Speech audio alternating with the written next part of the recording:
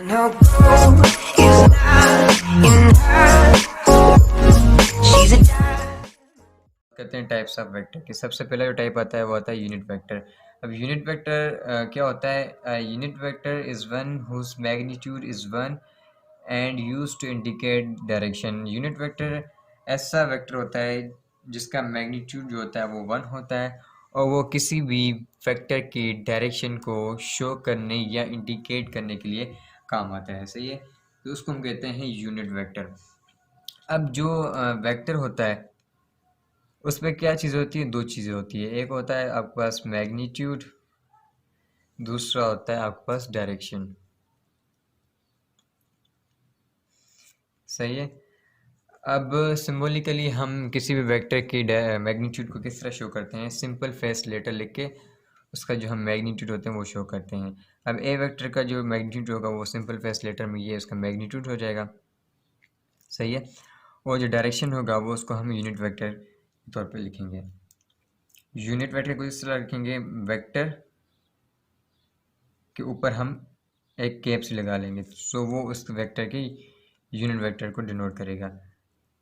सही है। अगर यहाँ से हम अपना यूनिट वेक्टर निकालना चाहें, सो यूनिट वेक्टर बराबर हो जाएगा vector divided by its magnitude of vector. So हम उसको क्या कहेंगे कि ये एक वेक्टर का यूनिट वेक्टर है। सही है। अब हम इसको रिप्रेजेंट किस तरह करेंगे? लेट से ये एक वेक्टर है, ठीक है, और इसका यूनिट वेक्टर क्या करेंगे? इसका हम इसी डायरेक्शन में इसका यूनिट वेक्टर भी डिनोट करेंगे। ये होगा इसका यूनिट वेक्टर। सही है।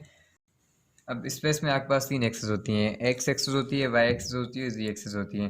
अब आपके पास कुछ ऐसे यूनिट वेक्टर्स हैं जिसको आपने स्पेसिफाई किया हुआ है या जिनको आपने फिक्स किया हुआ है। ठीक है, लेट से अगर आपके पास कोई भी वेक्टर एक्स एक्सिस में जा रहा है, ठीक है, और आपने उसका डायरेक्शन बताना है एक्स एक्सिस में, तो उसके लिए आप आई यूनिट वेक्टर यूज़ करेंगे। सही है। अगर आपके पास कोई भी वाई एक्सिस में कोई भी वेक्टर मूव कर रहा है और आपको उसकी डायरेक्शन बतानी है, सो उसके लिए आप जे वेक्टर यूनिट वेक्टर यूज़ करेंगे। अगर कोई वेक्टर जी एक्सिस में जा रहा है, उसकी अगर आपको डायरेक्शन बतानी है, सो उसके लिए आप के यूनिट वेक्टर यूज़ करेंगे। सो ये आपके पास आई जे के आपके पास एक फिक्स यूनिट वेक्टर्स हैं जो किसी भी किसी प्लेन्स में कोई भी वेक्टर अगर जा रहा है तो वो उसके डायरेक्शन को फाइंड करती हैं। सही है। सो उसके बाद आता है आपके पास नॉर्मल यूनिट वेक्टर।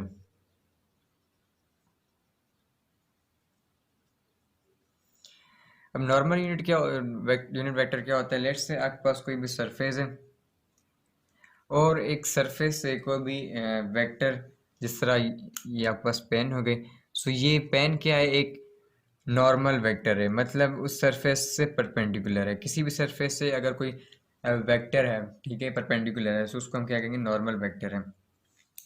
ठीक है, ये सरफेस है और ये नॉर्मल वेक्टर है। इसकी अगर आपको डायरेक्शन बतानी है तो उसको आप नॉर्मल यूनिट वेक्टर से डिनोट करेंगे।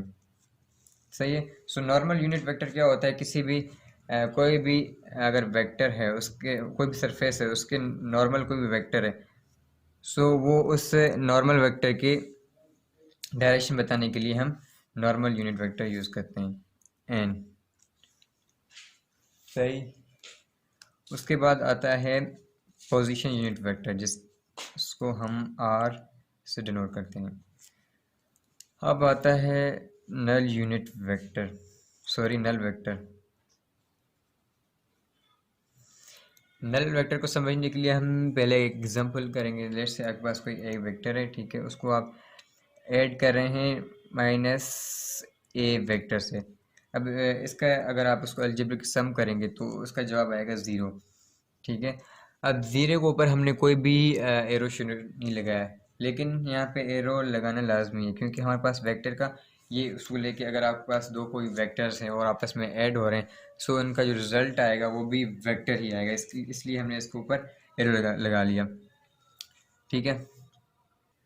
अब यहाँ पे हमने नेगेटिव क्यों लिखा है? लेट से आपके पास कोई भी ये ए वेक्टर है जो कि इसकी तरफ जा रहा है। अब इसकी तरफ जो भी बॉडी जाती है उसको हम जनरली पॉजिटिव में ही लेते हैं, सो इसको हम लिखेंगे इस तरह।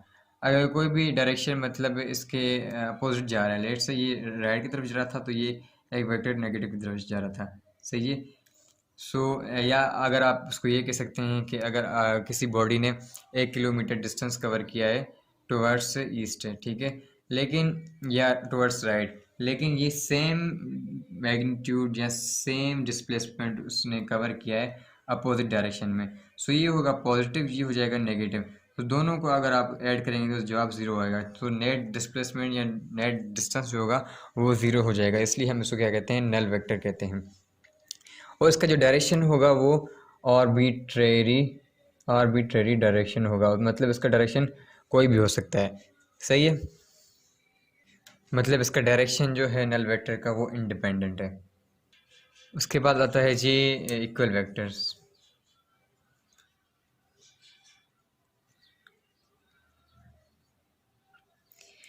इक्वल वेक्टर्स का क्या मतलब, दो या दो से ज़्यादा ऐसे वेक्टर्स जिनका मैग्नीट्यूड भी सेम हो और उनकी डायरेक्शन भी सेम है, तो उनको हम कहेंगे इक्वल वेक्टर्स। लेट्स से आपके पास कोई भी ए वेक्टर है जिसने डिस्प्लेसमेंट कवर किया है कोई भी, लेट्स से 5 सेंटीमीटर या 5 मीटर, ये ए वेक्टर है, और दूसरा भी वेक्टर बी है, उसने भी सेम डायरेक्शन में 5 मीटर डिस्प्लेसमेंट कवर किया है। सो उसको हम क्या कहेंगे, दोनों आपस में क्या है, इक्वल वेक्टर्स हैं। अब ये डिपेंड नहीं करता कि मैटर नहीं करता कि ये उन लोगों का जर्नी जो पॉइंट है, स्टार्टिंग पॉइंट सेम है या डिफरेंट है, लेकिन उनका मैग्नीट्यूड सेम होना चाहिए। लेट से ये अगर पॉइंट यहाँ पे है तो ये बी का जो स्टार्टिंग पॉइंट वो थोड़ा पीछे भी हो सकता है, लेकिन उनका जो मैग्नीट्यूड है वो सेम होना चाहिए और डायरेक्शन, तो उसको हम क्या कहेंगे, इक्वल वेक्टर्स कहेंगे। उसके बाद आता है जी पोजीशन वेक्टर।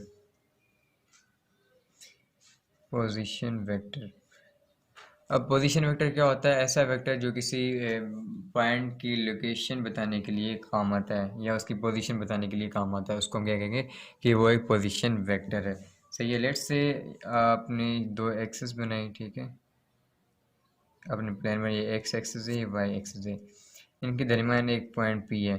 अगर आप इस पॉइंट पी को सर्च करना चाहते हैं, सो इस पॉइंट के कितने कोऑर्डिनेट्स हैं, दो कोऑर्डिनेट्स हैं, एक एक्स कोऑर्डिनेट है, दूसरा है वाई कोऑर्डिनेट।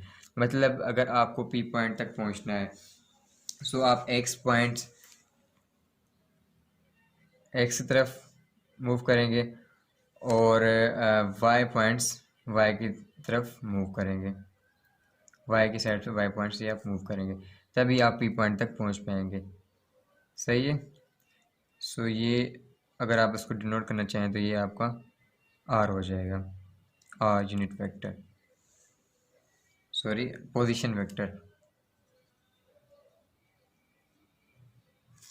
आर जो शो करेगा वो पोजीशन वेक्टर को शो करेगा। सो लेट से अगर आपके पास ये दो कोऑर्डिनेट्स है एक्स और वाई, सो एक्स प्लस वाई को आप ऐड करेंगे। अगर आपके पास तीन कोऑर्डिनेट्स होते, मतलब स्पेस में कोई भी पॉइंट होता, सो ये होगा एक्स प्लस वाई प्लस जी, सो आपका ये आएगा पोजीशन वेक्टर, ठीक है। अगर आप इनका मैग्नीट्यूड फाइंड करना चाहते हैं पोजीशन वेक्टर का, सो ये आर इक्वल हो जाएगा √x² plus we Y square.